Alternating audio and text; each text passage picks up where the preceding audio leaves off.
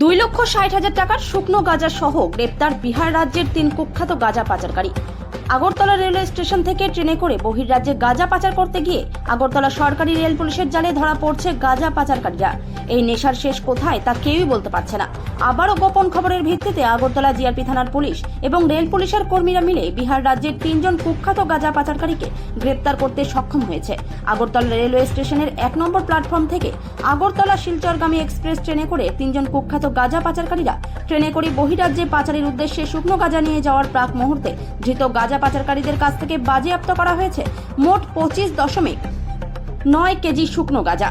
22টি প্যাকেটে একটি কাদের ব্যাগ এবং 2টি ট্রলি ব্যাগের মধ্যে রাখা ছিল শুকনো গাঁজাগুলি।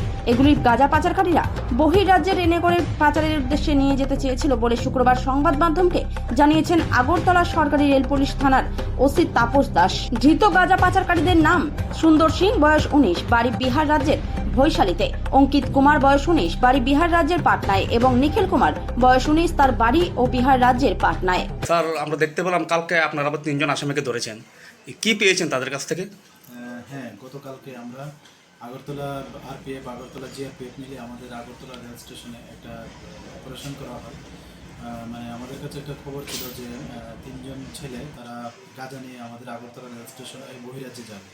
তো যখনই খবরটা ওই জাস্ট গুয়াহাটি যে এক্সপ্রেস যাবে এটার আগ মুহূর্তে আর কি, তারপর আমরা সব এন্ট্রি পয়েন্টগুলোতে আমরা সবাই আরপিএফ এবং জিআরপি সব অফিসার স্টাফ আমরা চক করছি এবং দেখলাম যে 3 জন লোক ট্রলি ব্যাগ এবং তাদের হাতে যে পিঠু ব্যাগ নিয়ে আসছে। তো আমাদের সন্দেহ হয় তাদের গতিবিধি, এবং যখন তাদেরকে ডিটেন করে জিজ্ঞাসাবাদ করতে লাগলাম তখন তারা অকপটে স্বীকার করে যে হ্যাঁ, তারা গাঁজা নিয়ে যাচ্ছে।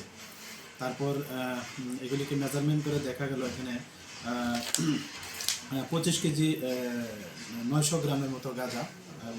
এবং গতকালকে রাত্রেই আমরা তাদের এগেনস্টে একটা এনডিপিএস দ্বারা আমাদের আগরতলা জিআরপি থানাতে মামলা নিয়েছি।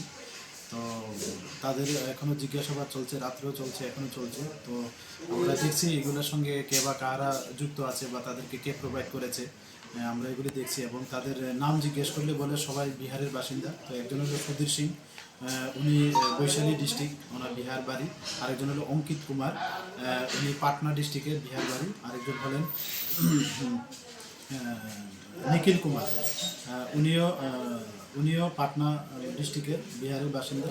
তো আজকে আমরা তাদের মহামান্য আদালতে প্রেরণ করছি এবং যারাই এই কাজের সঙ্গে যুক্ত আছে আমরা অবশ্যই তাদের আইনের আওতায় আনব।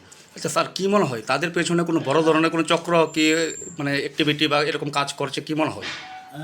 হ্যাঁ, এটা আমরা এই আশঙ্কা উড়িয়ে দিচ্ছি না। তো আমরা ইন্টারোগেশন চলছে, আরও ইন্টারোগেশন হবে আমরা আশা করি, এবং নিশ্চয়ই কেউ না কেউ তাদেরকে হেল্প করছে বাইরে থেকে। তো আমরা এটাও দেখছি এবং যারা এটার সঙ্গে যুক্ত আছে আমরা অবশ্যই তাদের আইনের আওতায় আনব।